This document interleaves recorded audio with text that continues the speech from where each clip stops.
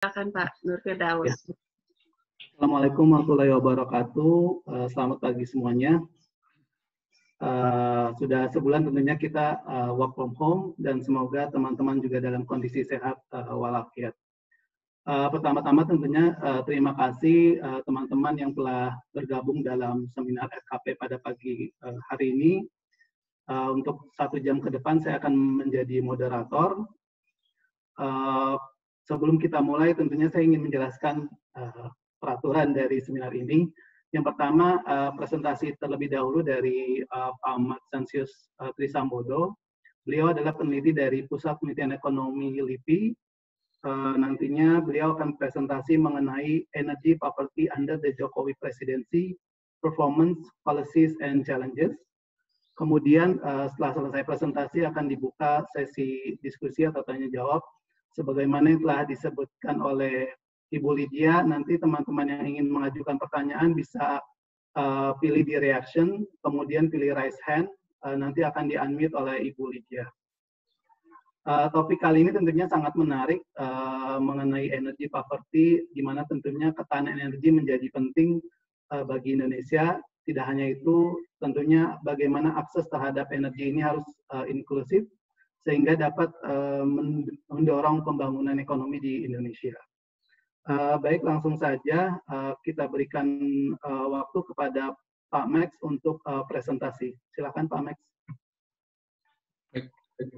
Terima kasih Pak Daus atas introduction-nya. Bapak Ibu, teman-teman semuanya, selamat pagi.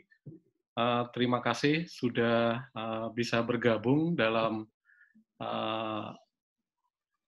acara FKP dengan hostnya LIPI, dan pada pagi ini saya akan sharing terkait tentang isu kemiskinan energi, terutama suatu refleksi selama era pemerintahan Pak Joko Widodo.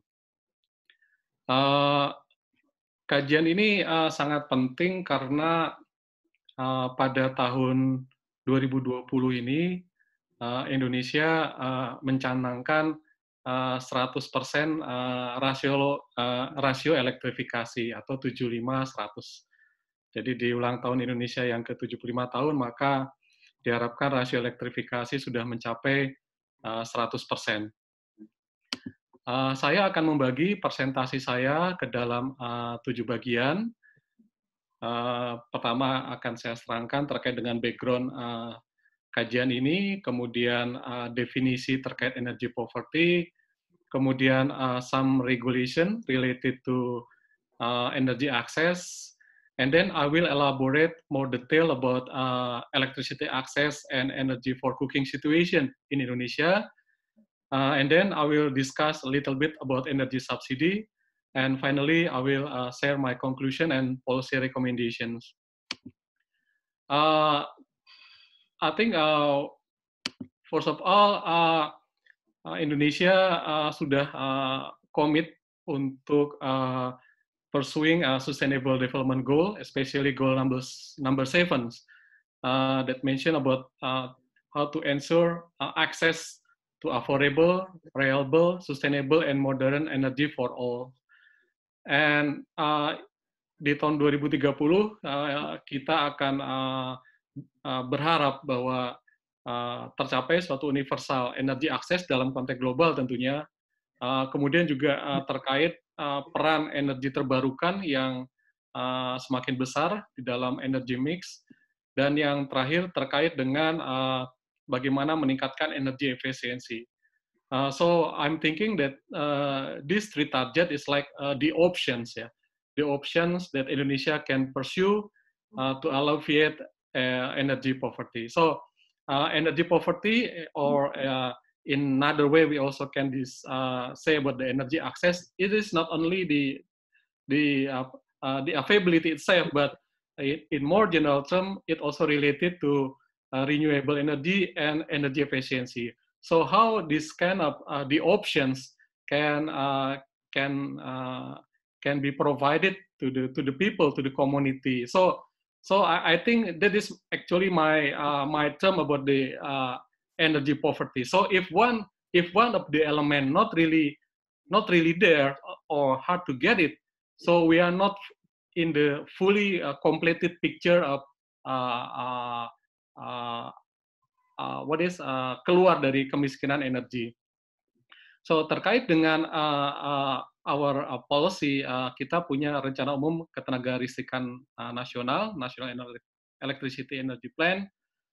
Di sana dikatakan bahwa di tahun 2020 kita akan mencapai 100% rasio elektrifikasi. Demikian juga di kebijakan energi nasional, kita sudah mendeklar juga 100% rasio elektrifikasi di 2020. Nah, if we flashback in previous year, the ratio of electrification reached almost 99%. So basically, it's almost there. So the challenge is how we can finalize the rest within this year. Kemudian di dalam dokumen kebijakan tersebut juga dikatakan kita bisa mencapai konsumsi energi per kapita sekitar 1.618 kWh di 2020 di tahun ini dan akan terus meningkat menjadi sekitar 7.000 kWh di 2050.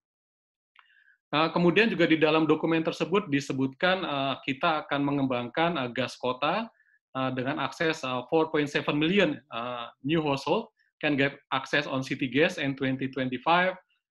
Kemudian juga terus melanjutkan konversi energy for cooking from kerosene to gas, dalam hal ini LPG, juga bioenergy, juga digester biogas. So di sini tampak bahwa di samping LPG, pemerintah juga mendorong pemanfaatan biogas dalam memanfaatkan energi buat memasak. Dalam dokumen tersebut juga dikatakan bahkan direncanakan dialokasikan around 25 of the area of rooftop have to be content of solar panel, ya. Terutama ini untuk wilayah-wilayah perumahan yang kawasan elit begitu, walaupun kita nanti harus define what is the elite, kemudian juga wilayah-wilayah perumahan dan di apartemen. Nah, ini adalah target-target yang sudah dimention di dalam kebijakan yang ada.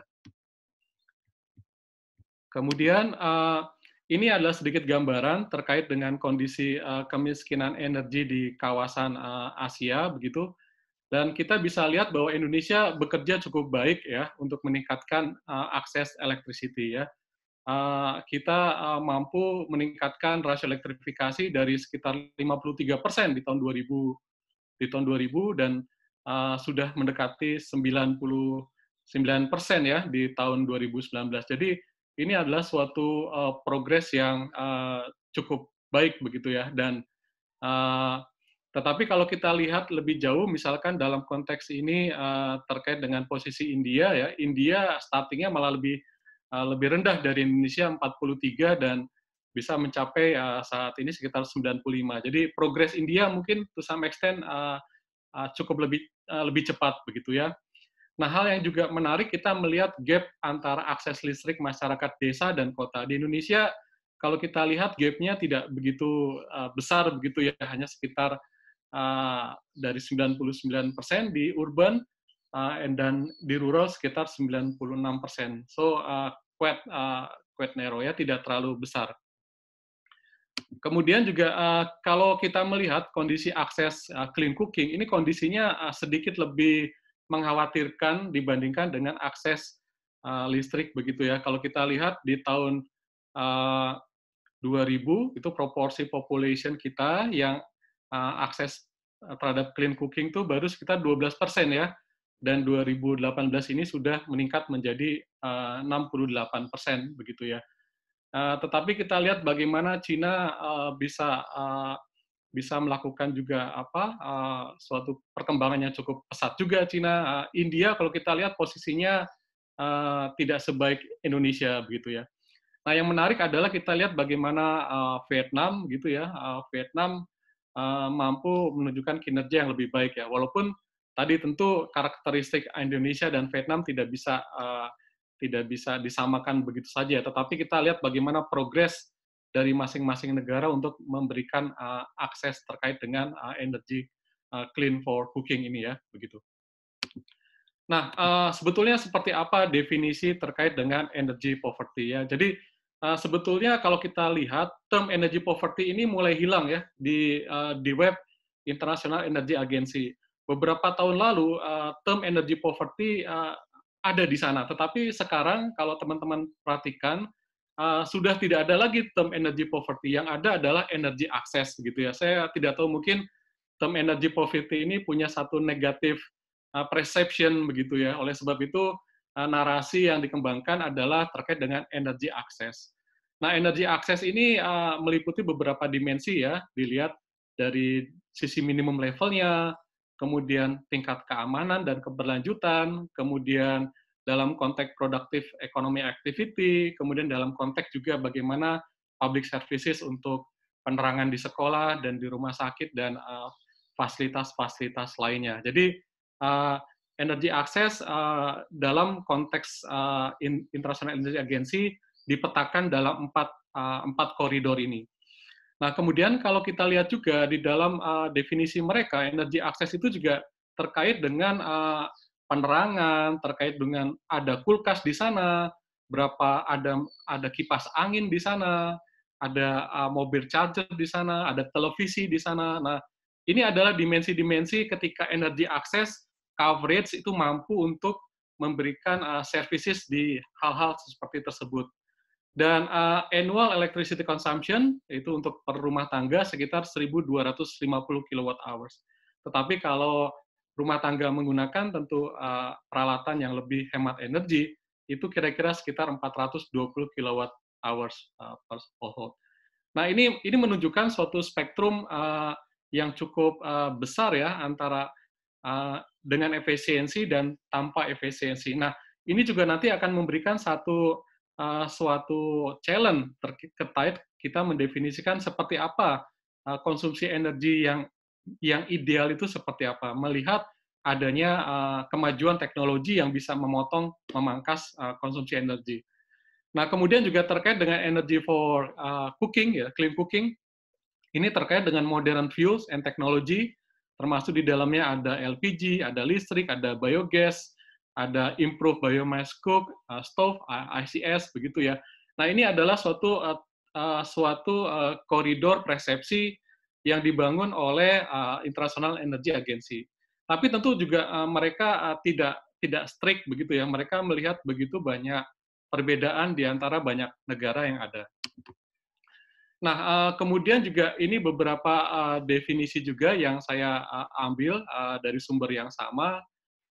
Di sini dikatakan bahwa our electricity access database focus on a simpler binary measure of those that have connection to electricity grid or have a renewable standalone system or mini grid. Jadi dalam definisi mereka, ketika ada rumah tangga yang juga menggunakan energi terbarukan begitu sebagai satu solar home system misalnya, itu juga mereka define sebagai memiliki akses terkait dengan kelistrikan begitu ya. Nah, kemudian juga terkait dengan spending, ini juga cukup challenging karena beberapa definisi mengatakan ketika kita spend lebih dari 10% income kita untuk energi, itu kita didefine sebagai energy poor begitu ya. Dan kalau melihat pada definisi ini, maka cukup banyak sebetulnya angka kemiskinan energi di kawasan begitu ya. Nah, kemudian UNDP mengatakan antara 50 sampai 100 kWh per person per years gitu ya. Atau kita ekuivalenkan sekitar 16 sampai 33 kW per month untuk setiap rumah tangga. Nah, ini menunjukkan ada suatu definisi yang cukup fleksibel sebetulnya ya. Suatu fleksibel untuk kita katakan seseorang terbebas dari energy poverty. Ini konteks review yang kita lihat bersama. Nah, studi ini mencoba mengevaluasi bagaimana kondisi kemiskinan energi Indonesia selama pemerintahan Joko Widodo, kemudian menginvestigasi seperti apa kebijakan-kebijakan yang ada untuk mengurangi kemiskinan energi, dan kira-kira apa langkah lanjut begitu ya. Nah, terkait dengan regulasi, saya hanya mencoba mengambil beberapa regulasi yang cukup penting, dan karena hampir setiap tahun selalu ada perubahan-perubahan begitu ya. Nah, terkait dengan regulasi, saya mengambil dari posisi pemerintah begitu ya. Dalam hal ini pemerintah mengalokasikan dana alokasi khusus. Jadi di tahun 2011 Jadi tahun 2011 itu pemerintah memberikan suatu alokasi dana khusus yang bisa digunakan untuk listrik perdesaan ya. Jadi dana ini bisa digunakan untuk membangun mikrohidro, merehabilitasi mikrohidro, kemudian juga memberikan perluasan akses jaringan listrik mikrohidro, dan juga untuk membangun solar panel.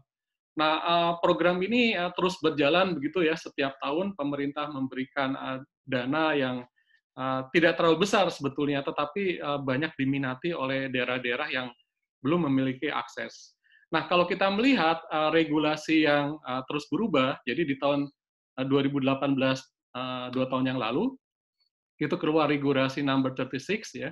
Ini juga terkait dengan pemanfaatan dana alokasi khusus untuk bidang energi skala kecil. Jadi kalau kita lihat memang selalu terjadi perkembangan ya dalam konteks pemanfaatan dana alokasi khusus. Misalkan untuk mikrohidro, solar panel, bahkan juga untuk solar panel yang tersentralisasi gitu bisa menggunakan dana ini. Kemudian juga untuk merevitalisasi mikrohidro dan juga centralized solar panel.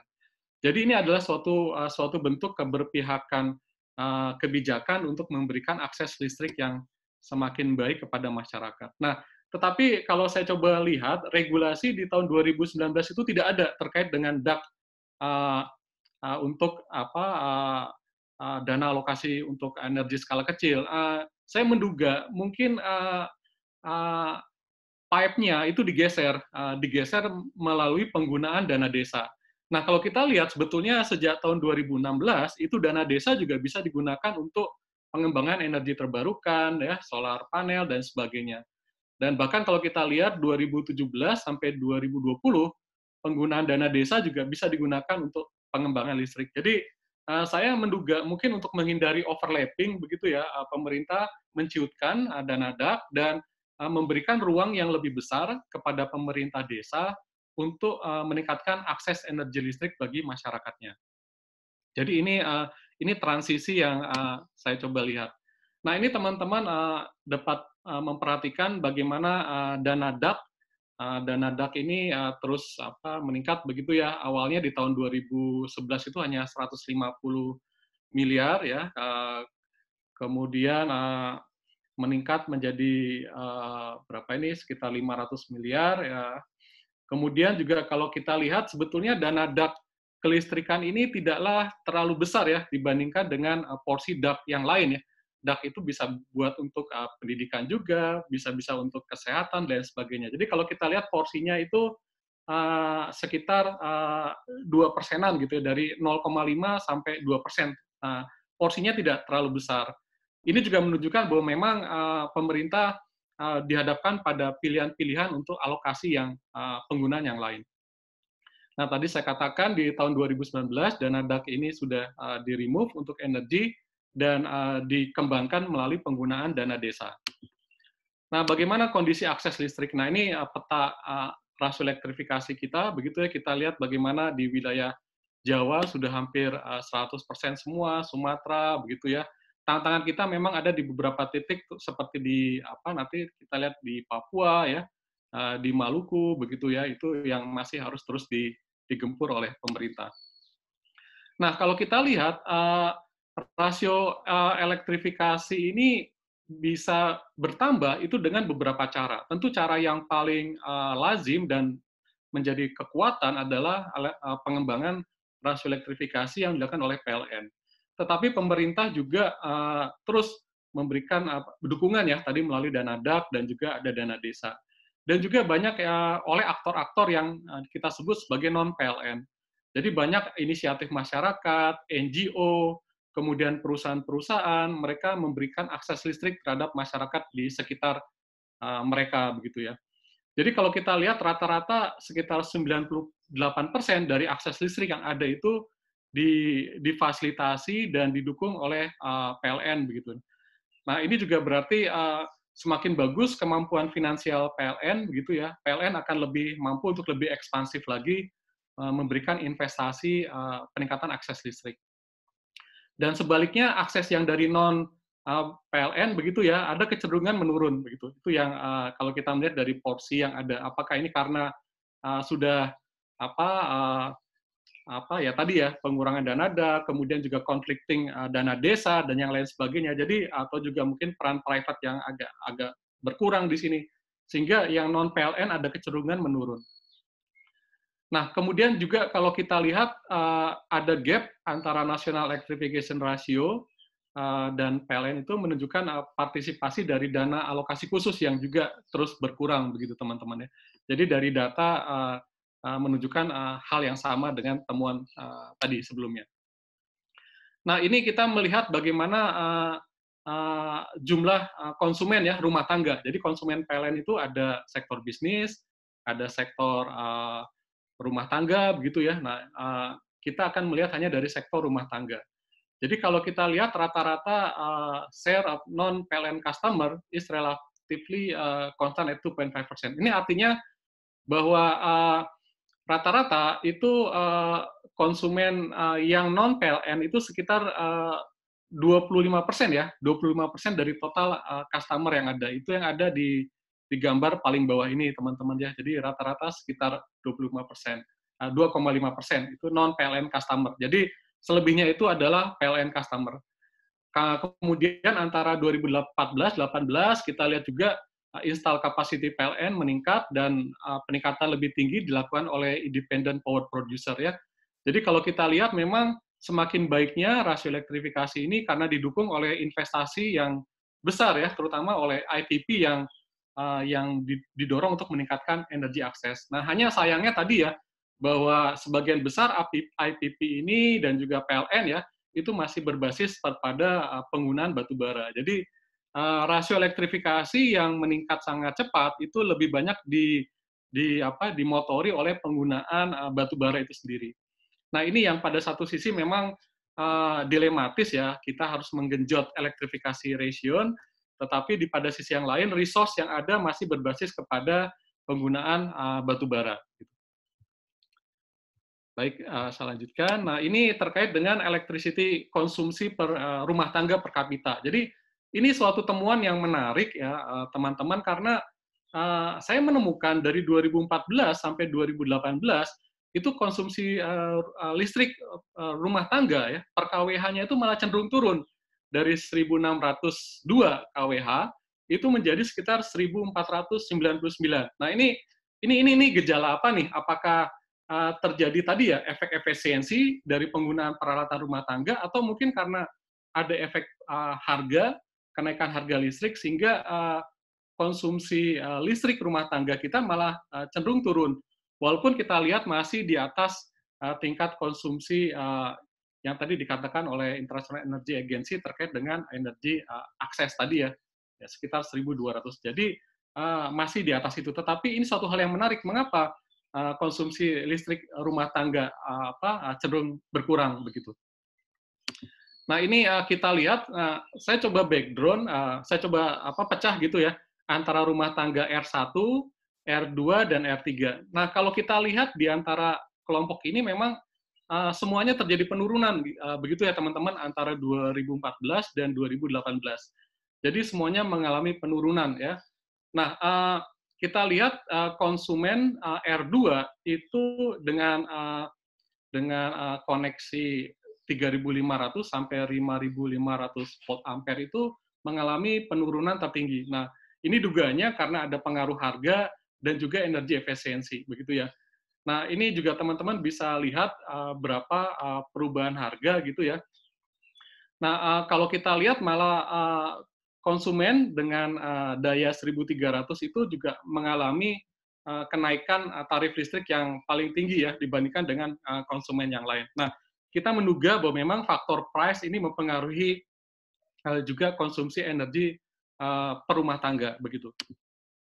Nah, ini juga terkait dengan akses listrik seperti tadi saya sampaikan bahwa di 2017 itu pemerintah memiliki program Solar Home Lighting for People atau kita sebut sebagai lampu tenaga surya hemat energi. Jadi pemerintah secara gencar mendistribusikan solar home lighting begitu ya yang cukup handy dengan kapasitas sekitar 20 watt peak mendapatkan 4 LED. Kemudian bisa ada sistem baterai di sana, bisa handphone charger, dan juga diberikan servis selama 3 tahun begitu ya. Nah, program ini yang menurut saya juga program yang membuat mengapa rasio elektrifikasi kita bisa meningkat sangat cepat ya, karena uh, pemerintah berhasil memberikan kalau nggak salah sekitar 360 lebih ribu ya solar home lighting ini kepada rumah tangga yang ada. Nah, kemudian juga rasio elektrifikasi itu ada dua, teman-teman. Jadi, rasio electrification, yaitu jumlah rumah tangga yang dapat listrik dibagi dengan rumah tangga yang ada, total, dan juga ada rasio desa berlistrik. Jadi, rasio desa berlistrik adalah ketika di satu desa ada satu keluarga saja punya listrik, maka desa tersebut dikatakan sudah tidak lagi miskin listrik atau rasio elektrifikasinya sudah full begitu ya.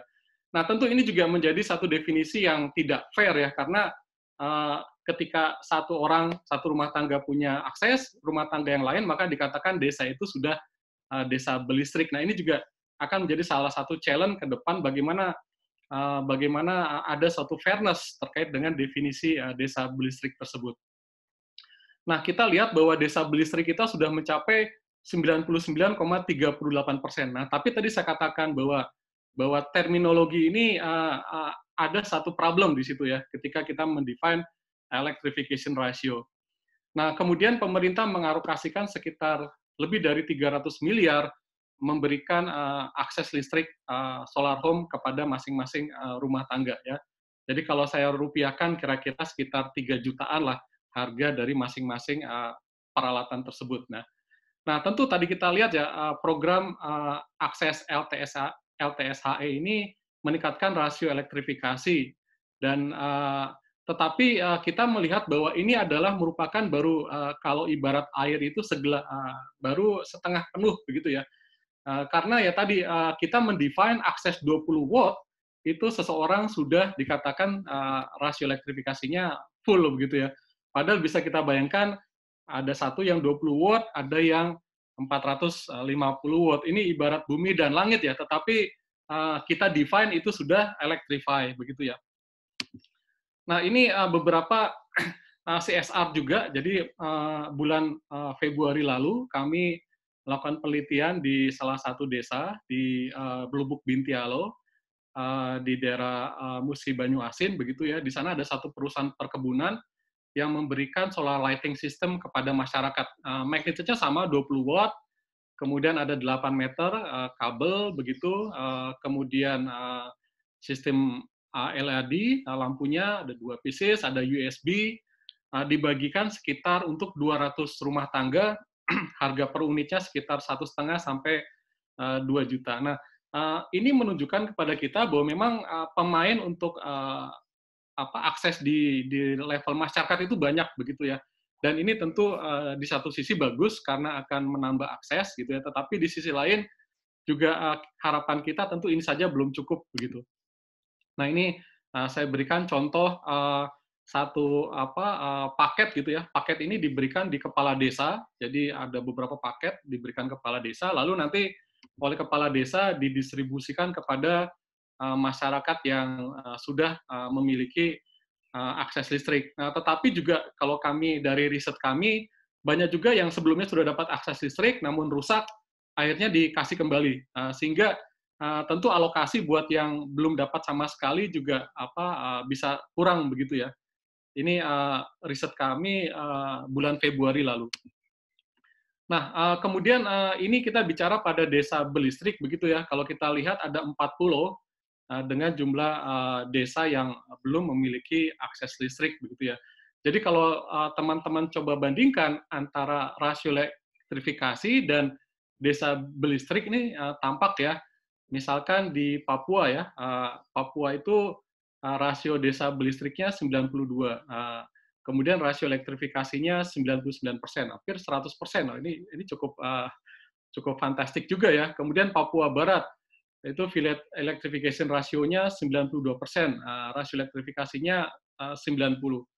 Kemudian juga kita mendefinisikan desa dalam hal ini adalah desa dan nagari ya. Kita tidak memasukkan kelurahan dan yang lainnya. Jadi kita hanya hanya fokus kepada desa dan nagari.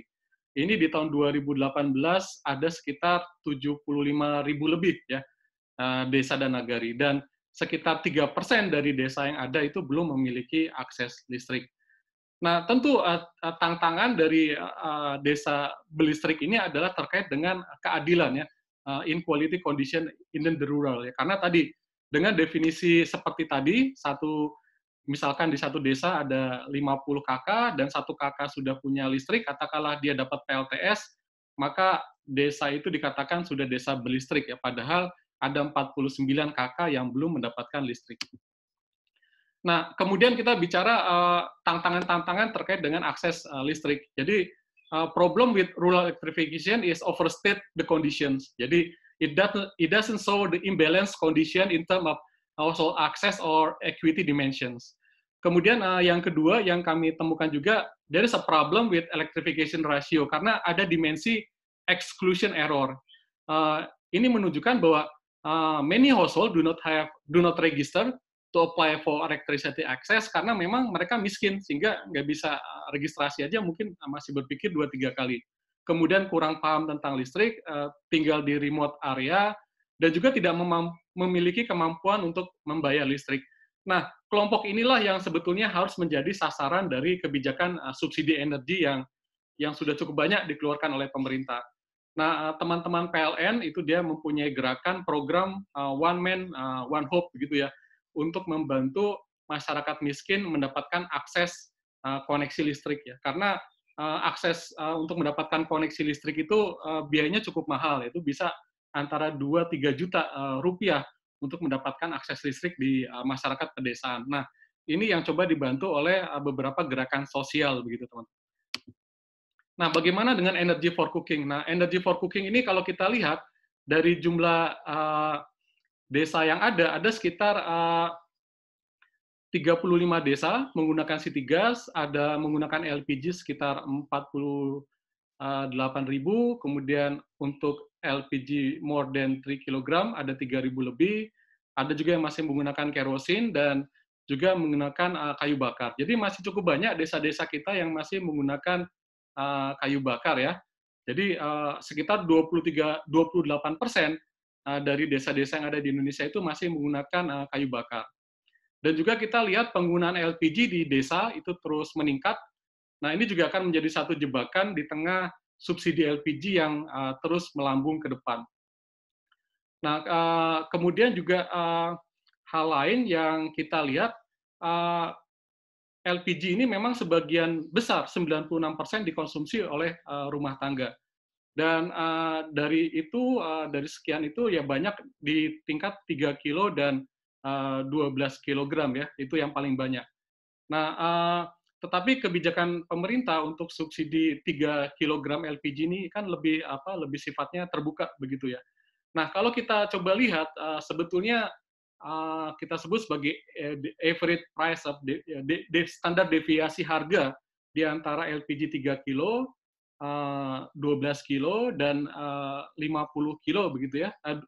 3, 12, dan 50 kilo. Nah, kalau kita lihat itu ada kecenderungan yang standar deviasi harganya itu menurun ya.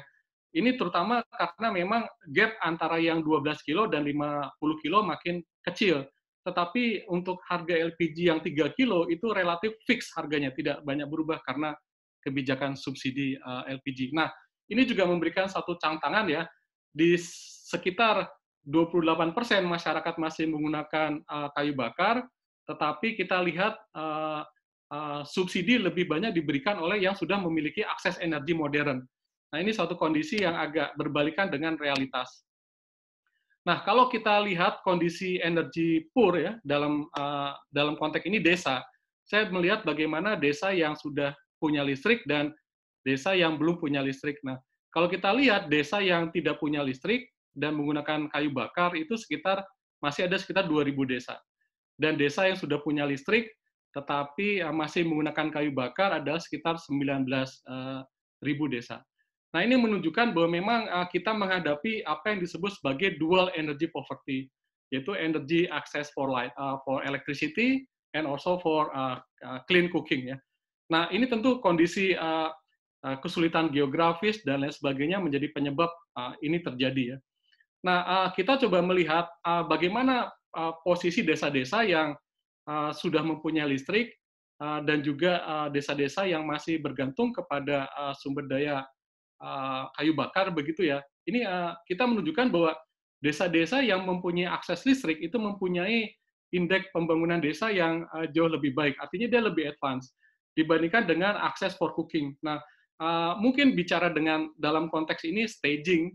Jadi penyediaan listrik mungkin should go first ya, karena memang ini akan memberikan dampak-dampak yang lebih besar terkait dengan kemajuan desa. Nah, bersamaan dengan itu baru kita lakukan juga peningkatan akses terkait dengan clean energy for cooking. Nah, walaupun kita lihat penyediaan energi listrik itu juga akan memberikan ruang yang lebih besar untuk energy for cooking, clean energy for cooking itu sendiri. Jadi dengan demikian maka akses terkait dengan listrik itu harus menjadi top priority dari alokasi kebijakan pemerintah. Nah, ini kita melihat bagaimana subsidi energi terkait dengan LPG, BBM, dan electricity.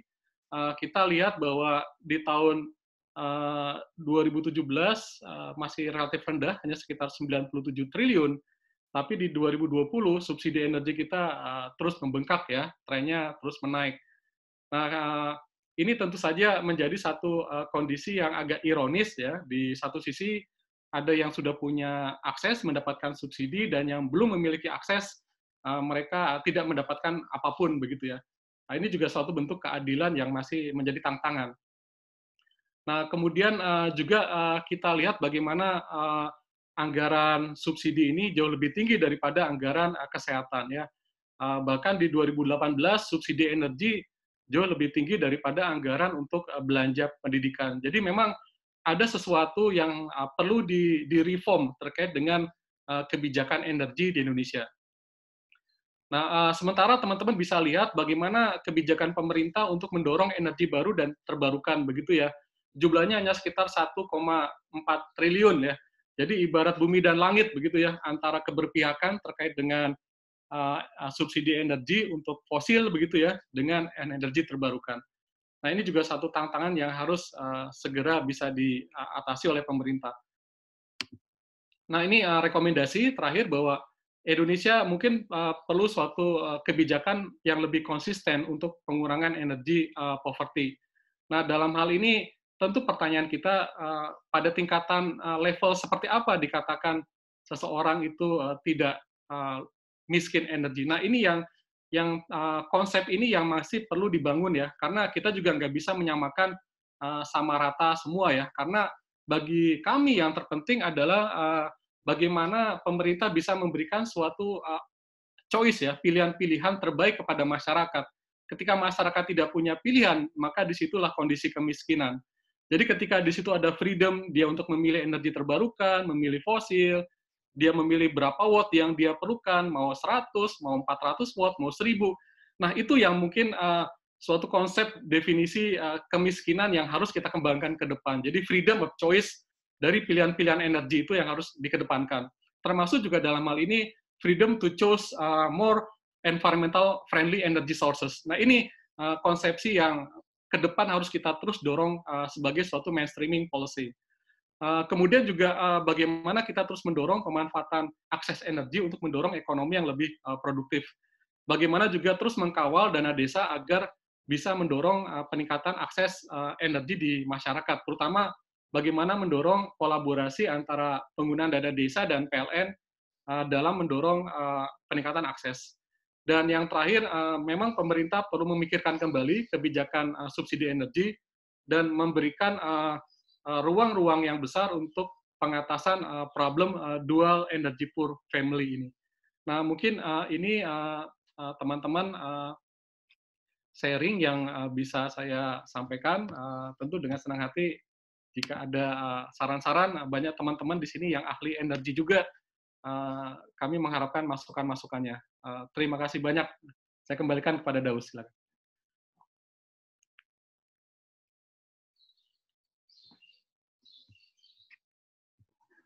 Oke, terima kasih Pak Max atas presentasinya, tentunya sangat menarik.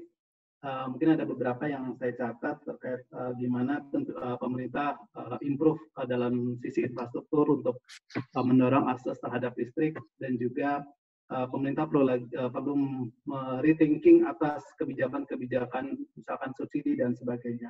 Memang banyak progres yang telah dilakukan oleh pemerintah, namun tentunya ada beberapa isu yang perlu diadres kembali. Baik, langsung saja mungkin kita masuk ke sesi diskusi. Silakan bagi teman-teman yang ingin bertanya, bisa raise hand di bagian reaction. Silakan. Mungkin pertama ini ada Pak Budi Reso Sudarmo. Silakan Pak. Kemudian Ibu Cynthia Susilo. Ya, halo. Ya, silakan Pak Budi. Pertama-tama terima kasih pada Max untuk presentasinya. Excellent, banyak sekali informasi yang disampaikan dan studinya menarik untuk daerah-daerah yang terbelakang. Saya ingin menyoroti mengenai definisi kemiskinan energi, atau kalau misalnya kita batasi saja menjadi kemiskinan electricity misalnya. Usul saya mungkin Max bisa mengembangkan parameter ini sehingga bisa menampilkan beberapa indikator yang penting. Jadi misalnya sebagai contoh, UNDP sudah menyarankan bahwa berapa minimum kilowatt hour yang harus ada, sehingga di bawah itu dikatakan miskin listrik. Nah, kalau bisa itu dihitung, kita bisa tahu berapa sebenarnya kemiskinan. Kita juga bisa hitung kalau seperti di Pak Asep di sini ahli properti, kita bisa ngitung P0 dan P1-nya. Nah, P1 ini kan jadinya nanti adalah total energi yang dibutuhkan untuk mengangkat semua orang Indonesia di atas minimum kebutuhan energi listrik. Nah, mungkin ini bisa jadi semacam target untuk pemerintah melihat seberapa besar kemiskinan yang ada di Indonesia. Yang kedua, itu mengenai akses. Nah, mengenai akses ini, saya melihat angkanya kan 97%. Tapi kan kita juga tahu bahwa quality-nya itu kan ya bervariasi sekali. Jadi yang 97% itu belum tentu nyala terus setiap hari kan. Nah, jadi mungkin juga kalau misalnya dalam hal pengukuran kemiskinan listrik itu dihitung dalam kilowatt hour, bukan kilowatt hour terpasang, tapi kilowatt hour yang digunakan. Jadi kita bisa juga tahu bahwa walaupun dia sudah terkoneksi, tapi kilowatt hour yang dia konsum itu rendah, maka kemungkinan besar itu persoalannya persoalan reliability dari supply energi yang ada. Dan ini juga mungkin kalau kita push terus soal quality, artinya seberapa dalam mengakses ini bukan hanya persoalan tersambung, tapi persoalan juga ability untuk selalu bisa menggunakannya. Kita juga bisa mempush PLN untuk lebih perform lebih baik. Jadi angka-angka yang dikeluarkan oleh PLN seperti misalnya jumlah orang yang terakses electricity memang tinggi, tapi mungkin tidak terlalu berarti karena kualitasnya kurang baik. Demikian dari saya.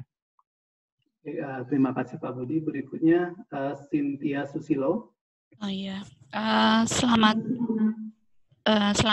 siang ya, pagi menjelang siang ya.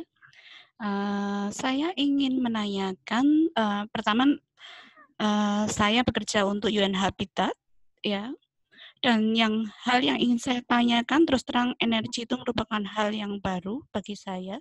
Yang ingin saya tanyakan adalah keterkaitan antara energi dan dana desa, barangkali seperti yang Bapak sudah jelaskan bahwa kemungkinan dana untuk memitigasi atau memberikan electricity dan juga energy distribution ini mungkin sudah sebagian sudah diarahkan menuju ke dana desa. Tapi yang menjadi pertanyaan saya di sini adalah apakah dari segi policy recommendation juga diberikan semacam istilahnya saran atau public information ke level pedesaan bahwa sumber-sumber energi yang menjadi choice bagi mereka adalah lebih dari sekedar sumber energi fuel yang sudah biasa dilakukan. Fossil fuel yang sudah biasa dilakukan. Jadi seandainya misalnya dana desa mungkin bisa digunakan, apakah sudah ada rekomendasi atau public information atau communication dengan perangkat desa bahwa energi yang bisa diambil oleh mereka, yang bisa diminta oleh mereka, yang bisa didanai oleh dana desa ini bukan hanya sekedar misalnya listrik PLN yang dari fossil fuel, tapi bisa dengan solar, bisa dengan wind, dan sebagainya. Karena saya rasa desa tidak semua mengenal tentang hal-hal teknologi terbarukan ini. Dan misalnya pun sudah ada alokasi dana, belum tentu mereka akan memilih, karena tadi disebutkan bahwa ada freedom of choice, tapi jika pemahaman tentang freedom of choice ini juga tidak ada mitigasi terkait komunikasi yang lebih luas, barangkali juga tidak akan sampai ke situ. Begitu.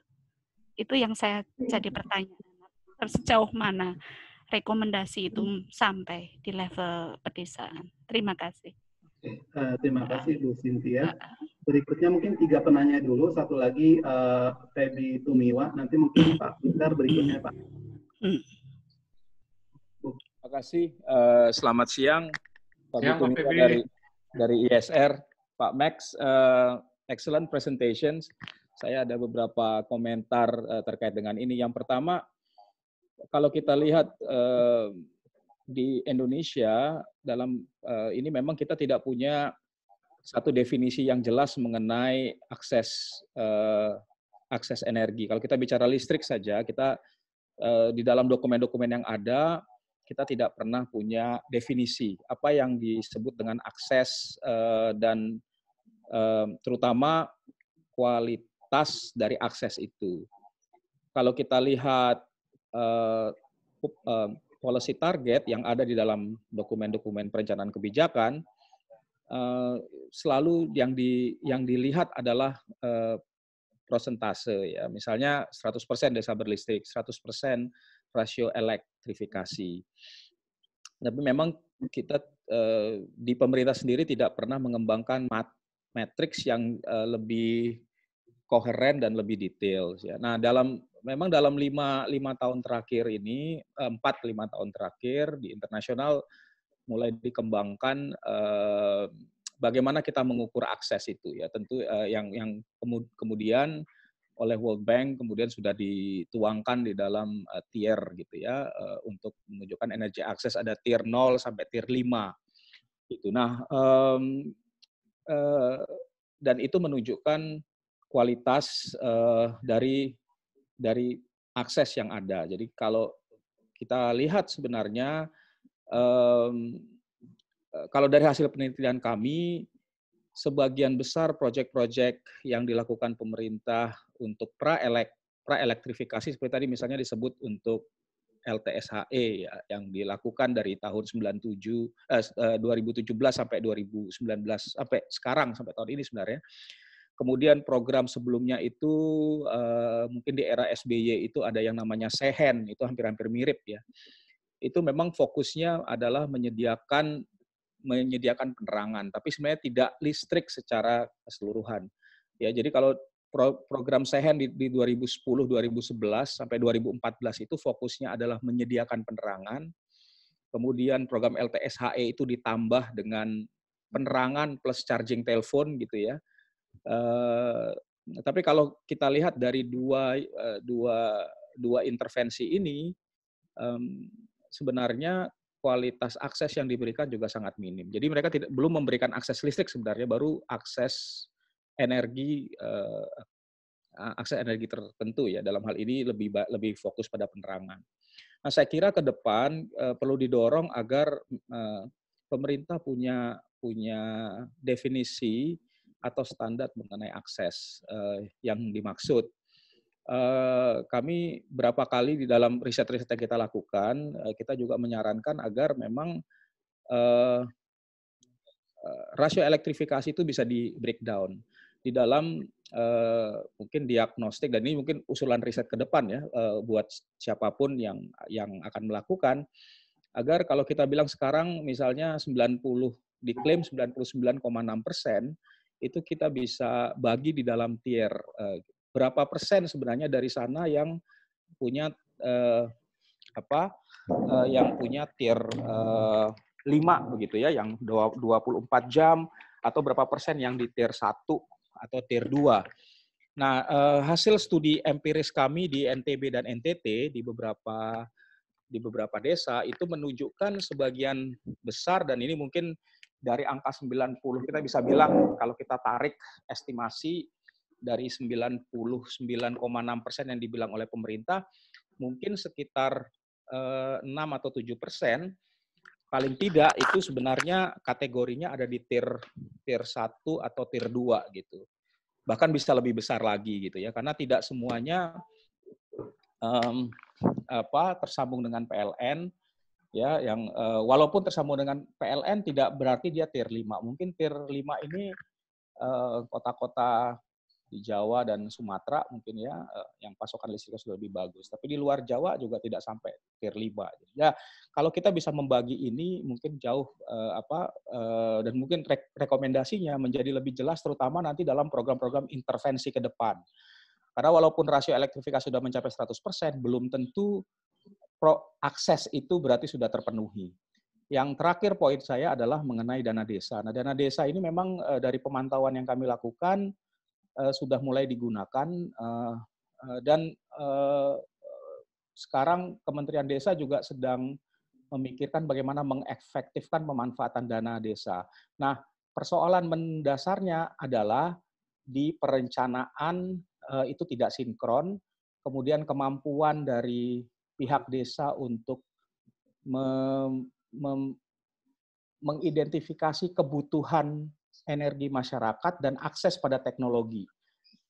Jadi di awal mungkin hal-hal ini yang perlu dibereskan, dan saya kira kalau kita bisa mengoptimalkan dana desa, masyarakat tidak saja mendapatkan pasokan energi yang berkelanjutan dan stabil, tapi juga bisa membuka peluang-peluang pembangunan ekonomi di lokal begitu. Mungkin itu dari saya. Terima kasih Pak Feby. Langsung saja Pak Mas mungkin bisa menanggapinya. Baik, terima kasih banyak Pak Budi, kemudian Ibu Cynthia dan Pak Feby, luar biasa. Masukannya sangat mencerahkan sekali ya. Jadi memang seperti tadi disampaikan, kita sampai saat ini belum punya satu definisi energy poverty yang betul-betul kita menjadi sasaran akhir kita begitu ya.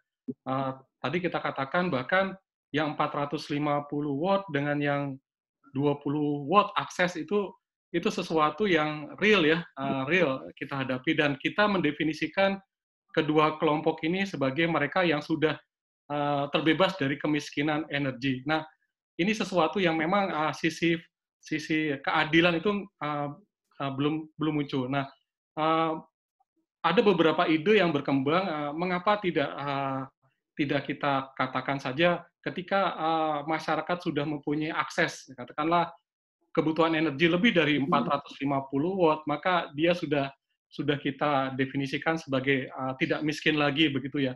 Dan ini kan juga sejalan dengan kapasitas PLN, kemudian subsidi policy dan lain sebagainya. Tetapi ini masih menjadi satu perjalanan panjang menurut saya untuk sampai kepada titik sana.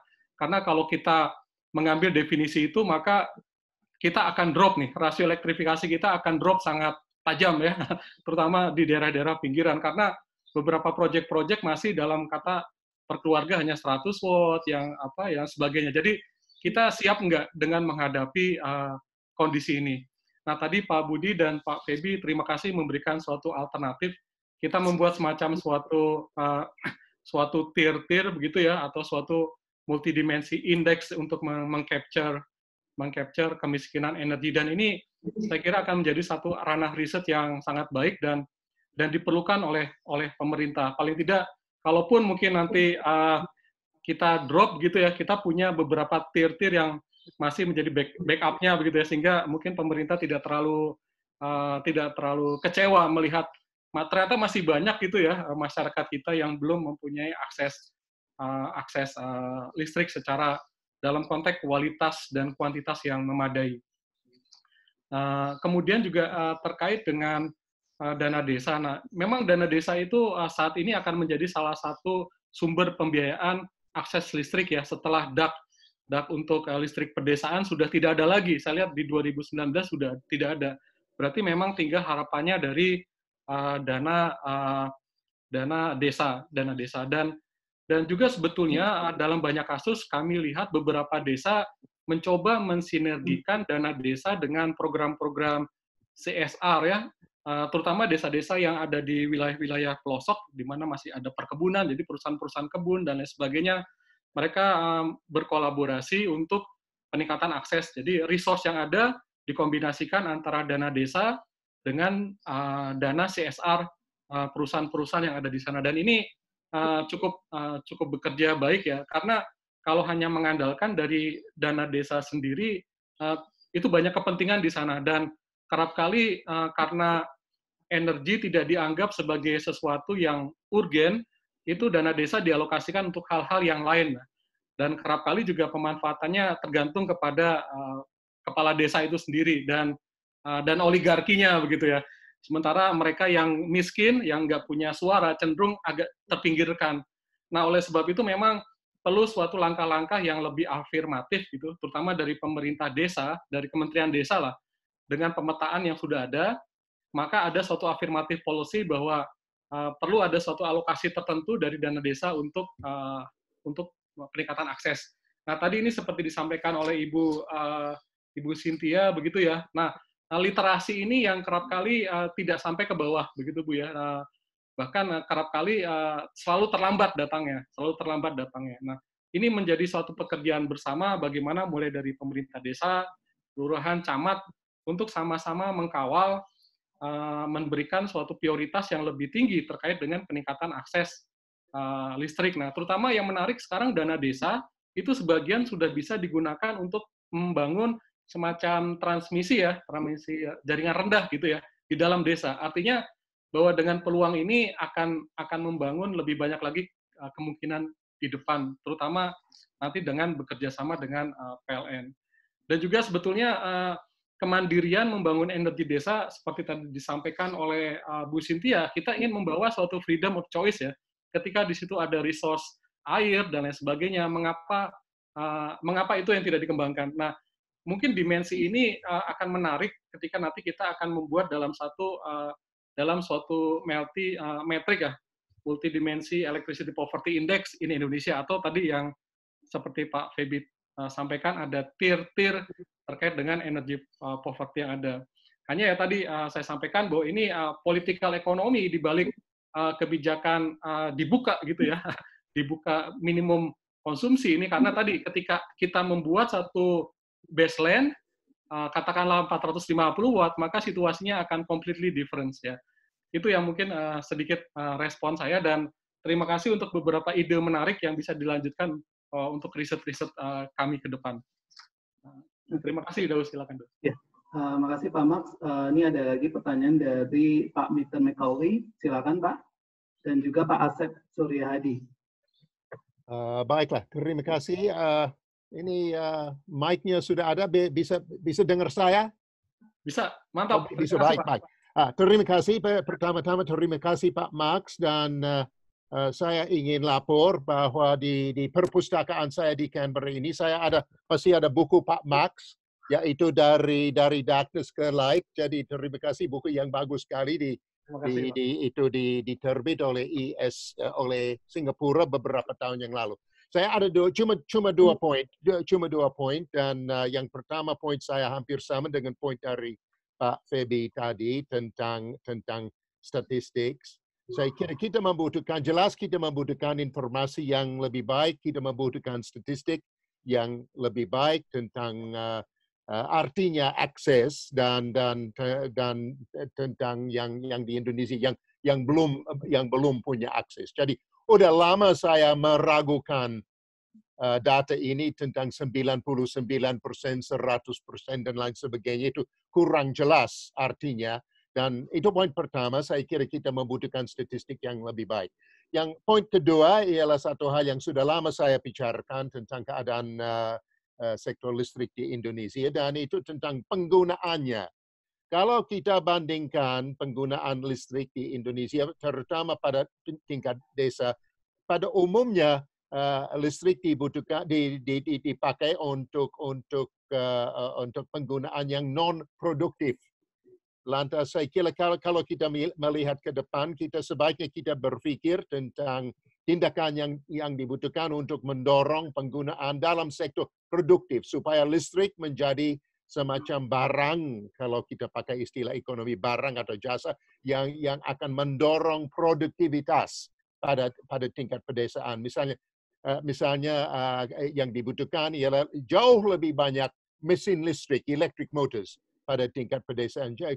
Apabila saya bandingkan keadaan di Australia dengan keadaan di Indonesia, itu perbedaannya tajam sekali ya. Di sini begitu banyak motor listrik, baik yang kecil maupun yang besar. Jadi kalau kita melihat ke depan, sebaiknya listrik di Indonesia menjadi semacam productivity good, jasa untuk mendorong produktivitas di Indonesia, terutama pada tingkat pedesaan. Itu cuma 2 poin. Terima kasih ya. Terima kasih atas presentasi Pak Max. Yo.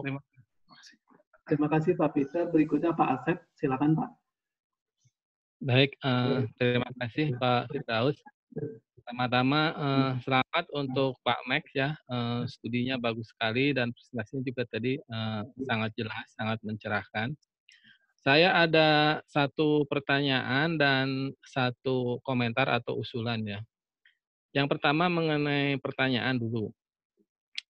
Berkaitan dengan energy poverty ini, menurut saya kan sebenarnya kita ini ironis ya. Karena kan Indonesia sebenarnya memiliki banyak sekali alternatif sumber energi ya.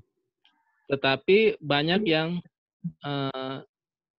tidak berkembang ya, karena berbagai sebab ya.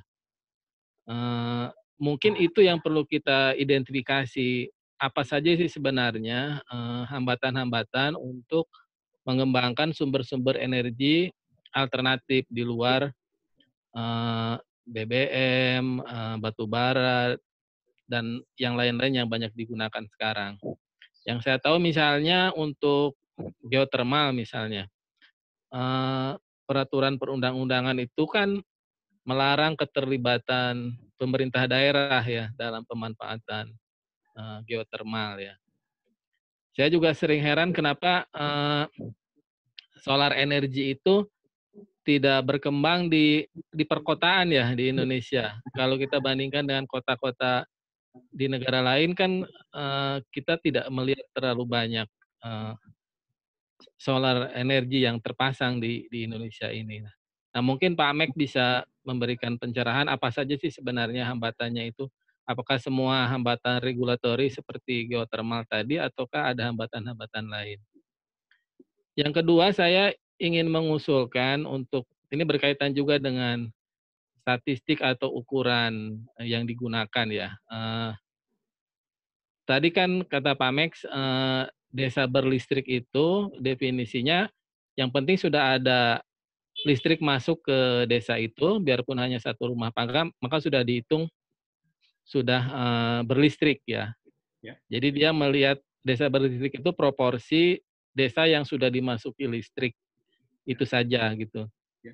Nah mungkin ini sebenarnya bisa dilengkapi dengan cakupan di masing-masing desa itu. Jadi dilihat di desa itu berapa persen rumah atau rumah tangga yang sudah tercakup oleh aliran listrik gitu.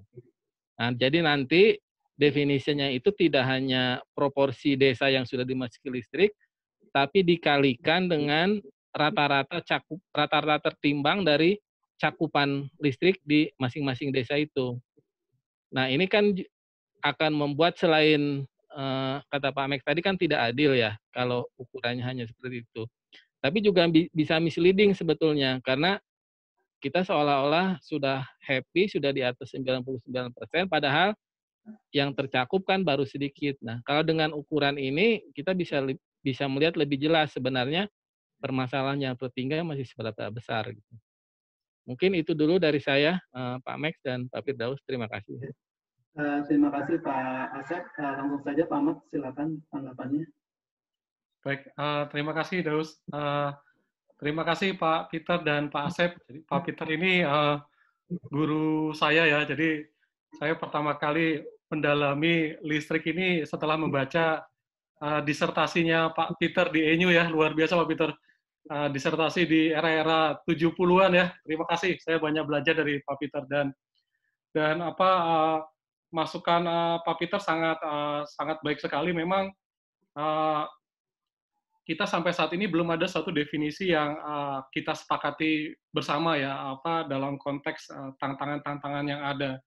Dan tadi Pak Peter betul sekali Pak. Jadi dari amatan kami setelah desa itu mendapatkan akses listrik, itu memang suasananya lebih kepada untuk kepentingan yang sifatnya konsumtif begitu ya Pak.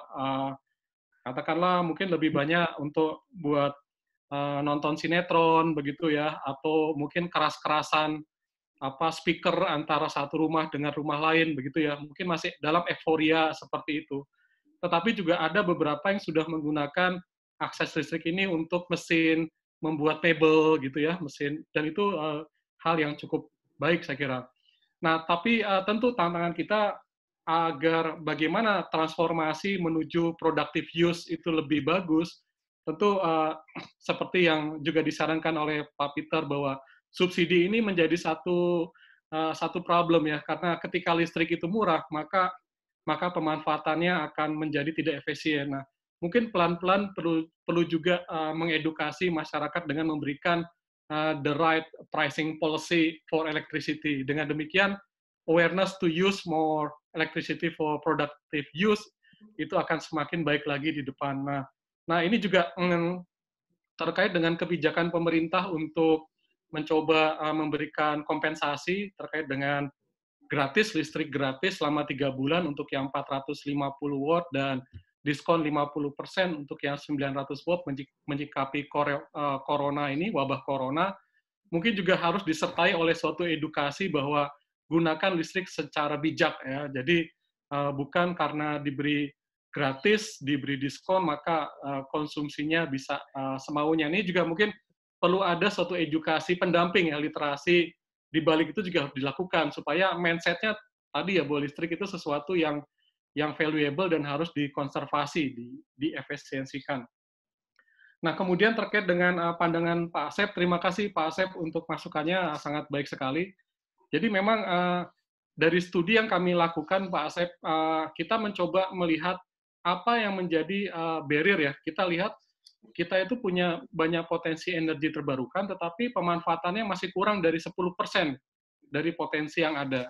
Nah, kita coba pilah antara economic barrier, kemudian governance barrier, kemudian cultural barrier, kemudian juga ada technological barrier. So, kita coba mendivide barrier-barrier itu ke dalam 4 kelompok. Nah, hal yang menarik memang kita nggak bisa mengeneralisir keempat-empatnya ini sebagai satu the common problem gitu ya, karena kondisi Indonesia yang begitu sangat luas dengan berbagai challenge yang ada, mungkin di satu daerah culture lebih dominan dalam menjelaskan lemahnya pemanfaatan energi terbarukan. Misalkan kalau kita bicara Bali, di beberapa titik di Bali, walaupun punya potensi energi terbarukan yang besar, tetapi ketika itu berada di zona sakral gitu, itu tetap tidak bisa dimanfaatkan secara baik. Jadi ada dimensi cultural di sana. Juga ada beberapa desa atau titik lain problem teknologi ya, teknologi akses dan sebagainya. Atau juga mungkin banyak di governance. Jadi memang tidak bisa kita lakukan generalisasi, tetapi kurang lebih itu 4 penyebab mengapa energi terbarukan tidak bisa berkembang. Termasuk juga yang kita khawatirkan dalam kondisi harga minyak dunia yang saat ini sedang terus turun, harga keekonomian energi terbarukan itu yang cenderung semakin kompetitif dengan harga minyak yang terus turun ini malah khawatir akan menjadi persaingan yang makin ketat lagi ke depan. Oleh sebab itu, tetap komitmen walaupun kita menghadapi harga minyak yang turun, komitmen untuk mengembangkan energi terbarukan tetap harus tinggi begitu ya.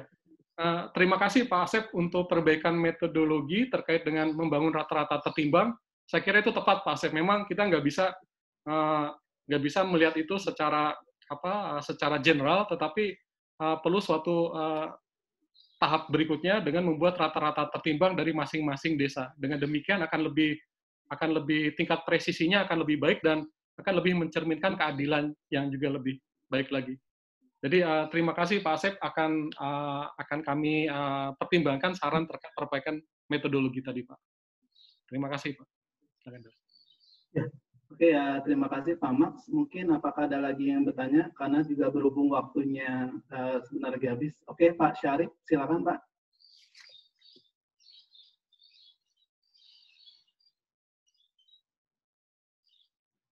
Ada satu pertanyaan dari Pedro de Sousa, apa mau diambil duluan?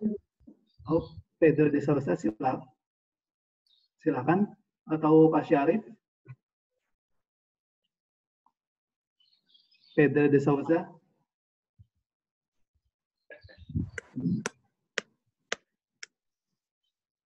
Pedro de Sousa, you're unmuted, so if you'd like to ask a question. No, thank you. Oke. Okay. Mungkin Pak Syarif. Ya, sebentar.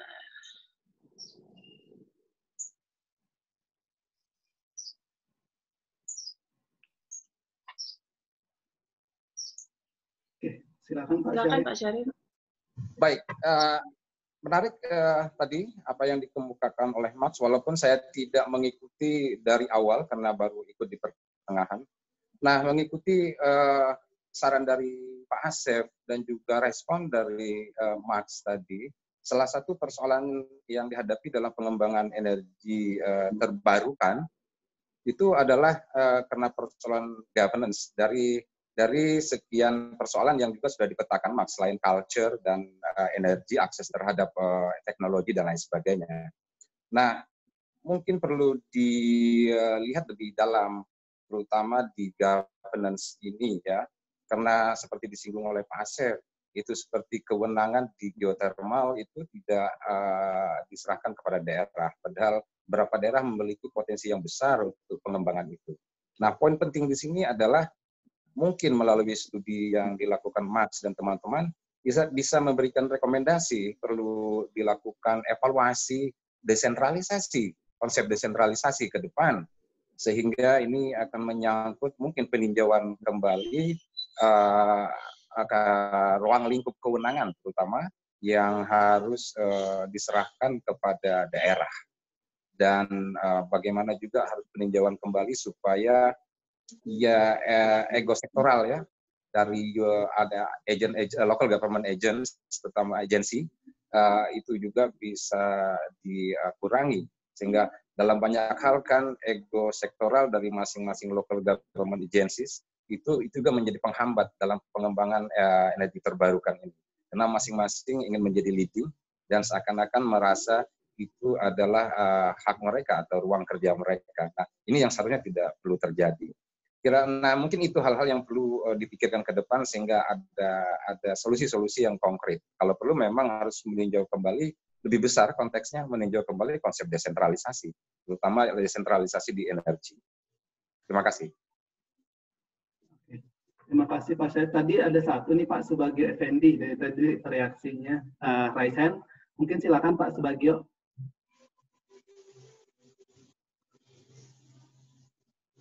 Halo. Ya. Terima kasih Pak Firdaus. Terima kasih Mas Max, menarik sekali presentasinya. Saya Subagio dari Sydney. Tadi Mas Max ada grafik yang menyatakan konsumsi rumah tangga turun di semua kategori ya, R1, R2, R3. Saya mau bertanya dari perspektif policy, apakah baik atau buruk konsumsi rumah tangga turun? Kemudian kalau kita lihat kondisi PLN sebagai corporate, kalau turun konsumsi rumah tangga, dia malah mismatch dengan kontrak dengan IPP-nya gitu. Karena PLN ada kontrak dengan IPP, Power Purchase Agreement, di mana dia harus purchase atau penalti. Kalau dia nggak purchase dari IPP, dia kena penalti. Sementara dengan konsumsi rumah tangga yang turun, dan dia harus tetap beli dari IPP, nanti ada mismatch di sisi PLN sebagai korporasi. Nah, dari sisi policy-nya Mas Max, gimana baiknya memanage ini? Apakah harus tetap naik atau turun ini tren yang bagus di kedepannya? Terima kasih. Oke, terima kasih Pak Subagio. Pak Max mungkin bisa langsung respon Pak. Baik, terima kasih Pak Sarif Hidayat dan Pak Bagio. Jadi Pak Sarif ini juga satu anggota tim untuk studi energi. Jadi Pak Sarif menyisir sisi governance begitu ya. Baik, mungkin saya akan merespon yang dari Pak Bagio. Jadi memang ini satu hal yang temuan yang cukup menarik ya.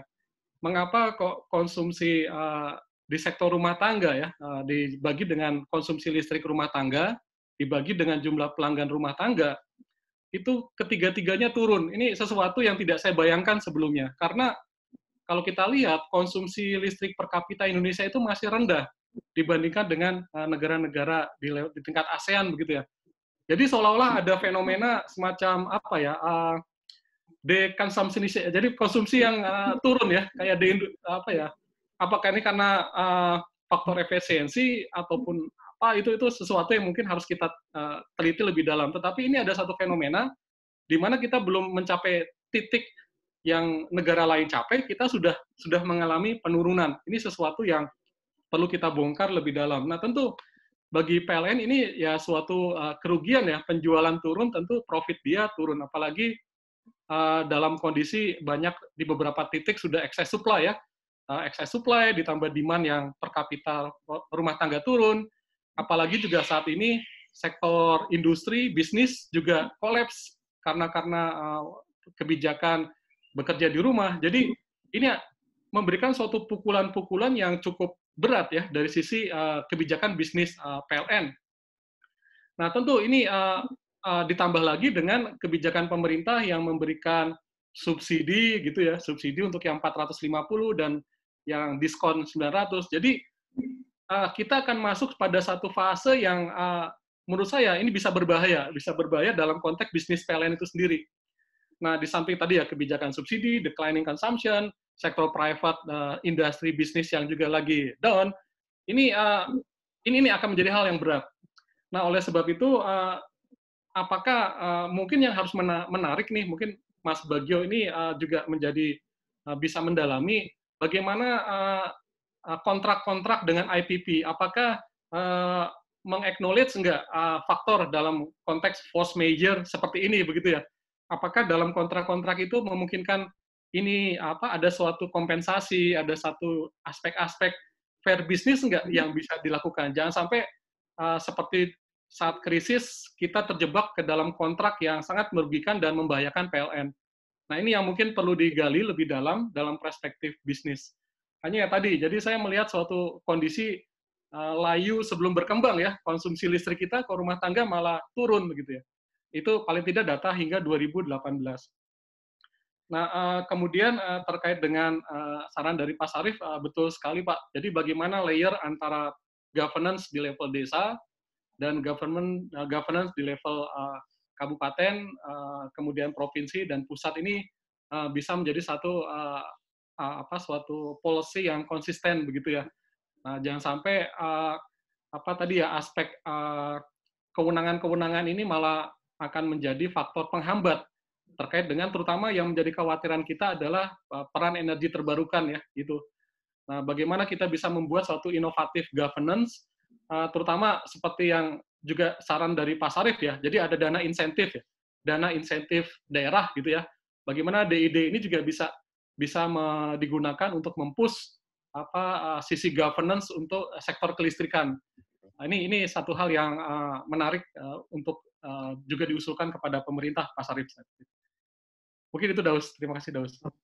Ya, terima kasih Pak Max. Ini Pak Budi juga mengajukan pertanyaan, namun Ibu Lydia apakah masih ada waktunya? Saya serahkan kepada pembicara dan moderator untuk mengambil keputusannya, apa diteruskan atau... Mungkin boleh satu lagi Pak Budi, saya kira mungkin Pak Budi ada pendapat tambah. Silakan mungkin saya. Silakan Pak Budi. Saya ini mengenai penurunan konsumsi dari residen. Ini saya mau menambahkan hipotesis saja. Kalau data total consumption itu kan tetap naik, ya. Jadi kita tuh ngelihat dua hal. Yang pertama total consumption termasuk industri tetap naik, dan yang kedua adalah consumption residen yang turun. Nah, hipotesis saya sih sederhana, ini kemungkinan besar adalah prioritas yang diberikan oleh pensuplai listrik itu lebih besar ke pihak industri ketimbang ke pihak residen. Ya, jadi walaupun jumlah sambungan residen itu naik terus, untuk bisa mengakses kan bukan hanya residen yang butuh bahwa saya perlu mengakses, tapi dia mungkin juga butuh tapi nggak bisa mengakses karena listriknya mati. Jadi ada hipotesis saya yang perlu dilihat juga adalah jumlah langganan yang naik tidak diikut sertai dengan fasilitas reliability yang paling nggak stable.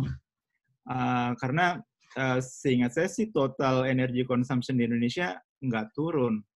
Demikian dari saya. Ya, Pak Max mungkin ya, baik, terima kasih Pak Budi. Jadi memang kondisi konsumsinya naik, tetapi ketika kita bagi dengan jumlah pelanggan di masing-masing tier R1, R2, R3, memang konsumsi per kapitanya turun. Dan tadi hipotesis Pak Budi terkait dengan servis di kelompok-kelompok ini yang mungkin belum optimal atau mereka runaway gitu ya, runaway.